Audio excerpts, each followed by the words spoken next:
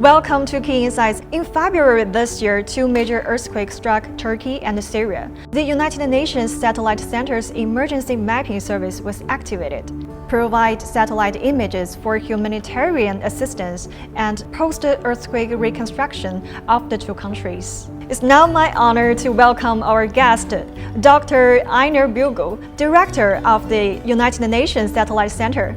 Welcome. Tell us what UNOSAT does. So UNOSAT is part of the United Nations Institute for Training and Research.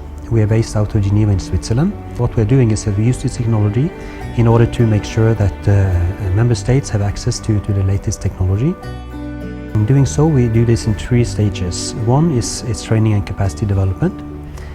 The other one is what you rightly mentioned, the rapid mapping. And then we also do a lot of training and capacity development.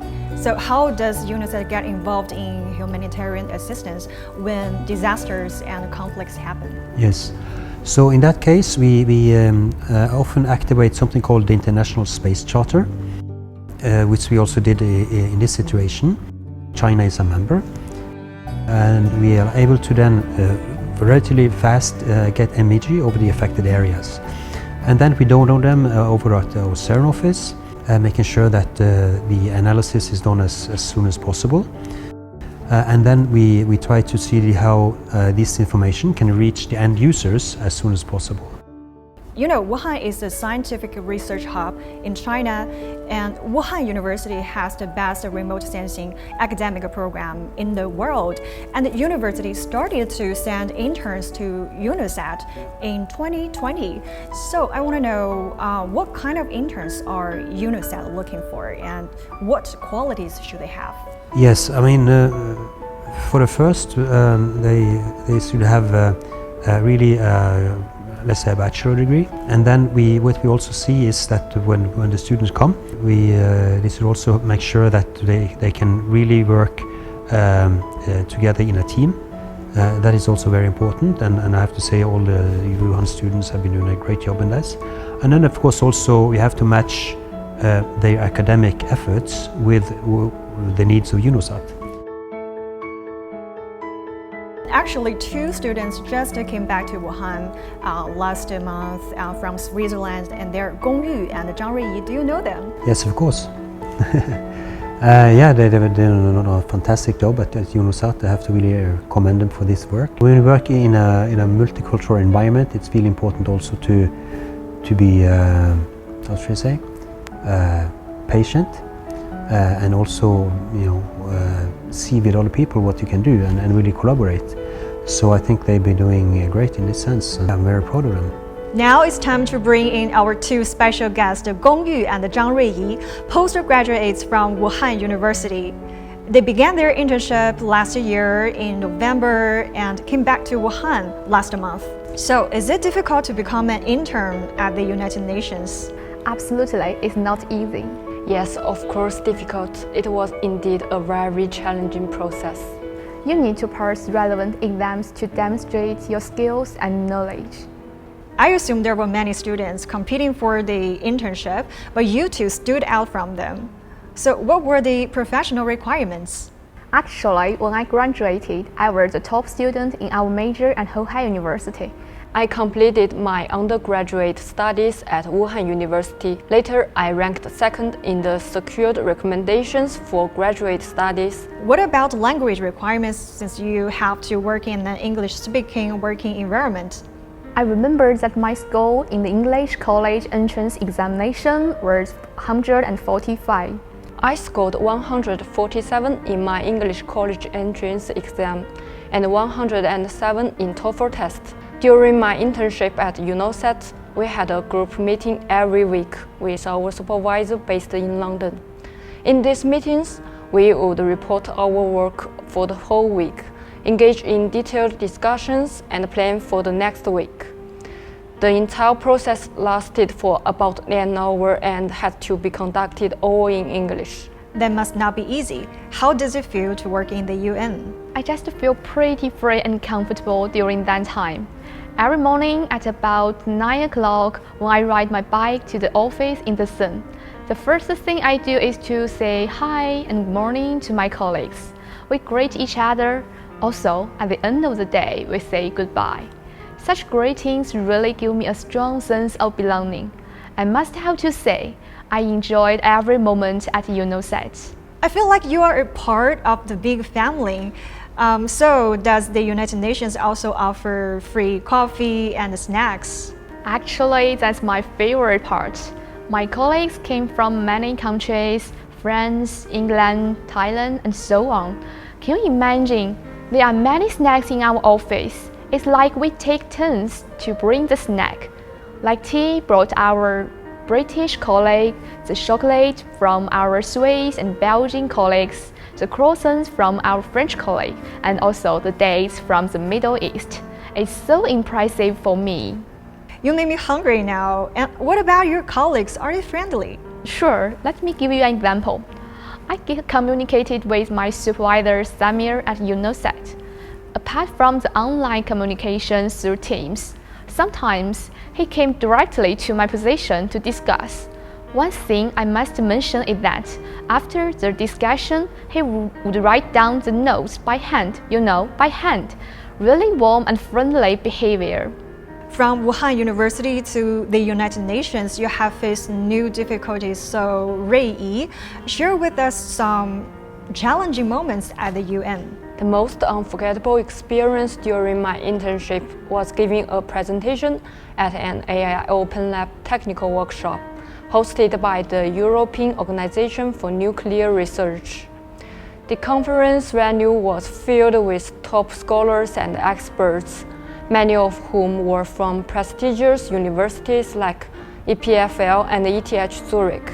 I must admit that I was quite nervous at the time because the experts' presentations were highly profound, with many focusing on quantum artificial intelligence, which I had limited understanding of. As a mere intern, I was concerned that my presentation would lack depth. Before I stepped onto the stage, I breathed deeply, did my best to stay calm and focused, and delivered my presentation in fluent English. After the presentation, I received positive feedbacks and questions from the audience. I'm curious now, so what was the presentation about? I introduced our flood AI framework, taking the floods that occurred in Mozambique starting in February this year, for example. When the flood monitoring service is activated, the system automatically retrieves satellite remote sensing images. The algorithm we developed can directly identify the flooded areas, enabling us to quickly calculate the extent of the affected areas, the population at risk, and so on. Compared to the traditional statistical methods, our algorithm is at least 7 times faster, and the efficiency and timeliness is so crucial for the decision-making procedure during a crisis. Moreover, the automated process reduces reliance on human resources and enables long-term monitoring of flood-prone regions. You know, that's so inspiring for those people who are afraid of public speaking. What about you, Gong? We all know that the Turkey and Syria earthquake erupted on February. As soon as I received the task, I immediately contacted Professor Li. We developed the work plans. Li urgently contacted various state owners in China to get access to the high-resolution data.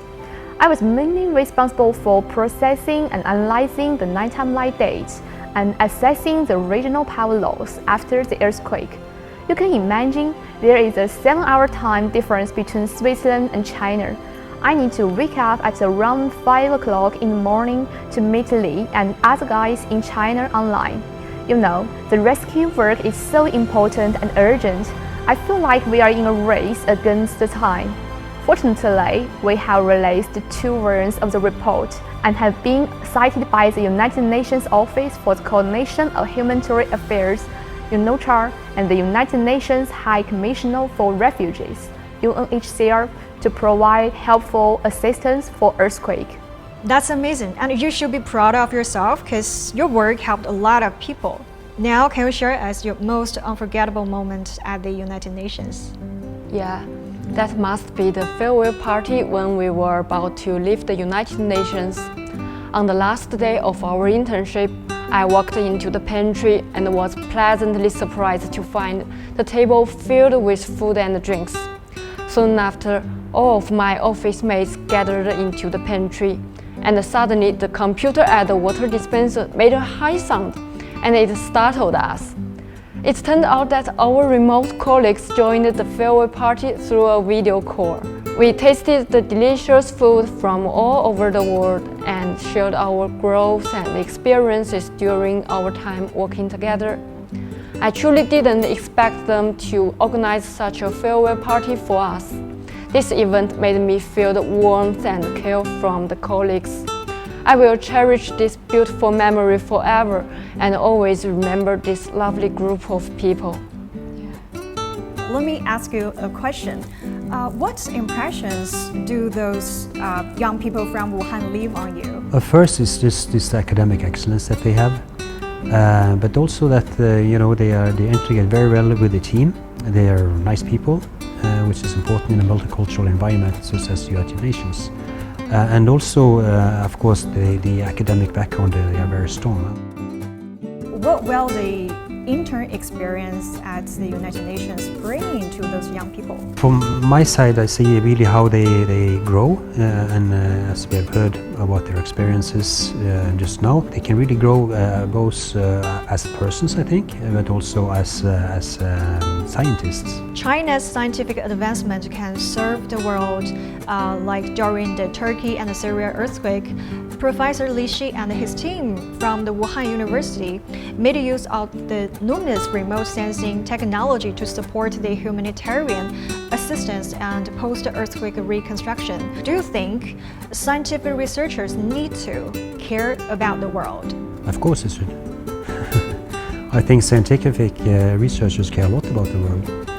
And I think also, having this collaboration, as is for the students, they can really grow as people. So from my side, I think it's really important to use technology for good, and you can use it for bad, and if you're prepared to use it for good. Thank you very much for making time for this interview, and we really appreciate the insight you provided today. Thank you for having me.